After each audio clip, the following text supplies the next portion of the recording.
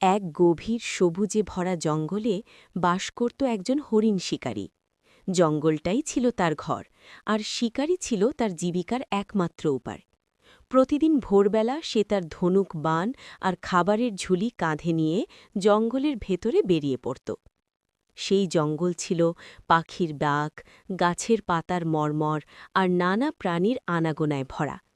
শিকারী জানত কোন পথে গেলে হরিণ পাওয়া যায়, কোথায় তারা জল খেতে আসে।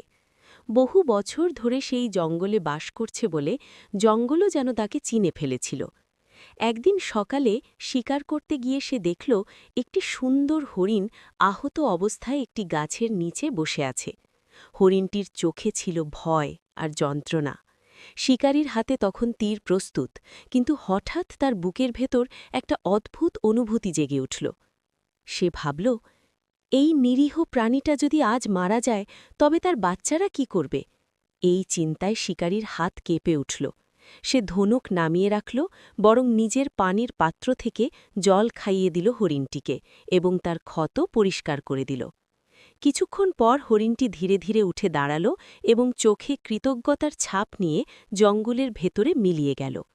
সেদিন শিকারী কোনো শিকার না করেই ঘরে ফিরল, কিন্তু তার মনে ছিল অদ্ভুত এক শান্তি। সেই দিন থেকেই সে হরিণ শিকার ছেড়ে দিল। পরে সে জঙ্গলের ফলমূল সংগ্রহ করে জীবন চালাতে লাগল। জঙ্গলও যেন তার এই পরিবর্তনে খুশি হল। পাখিরা তার কুটিরের চারপাশে ডাকত, আর বন্য প্রাণীরা তাকে আর ভয় পেত না। ভিডিওটি ভালো লাগলে সাবস্ক্রাইব করে দাও।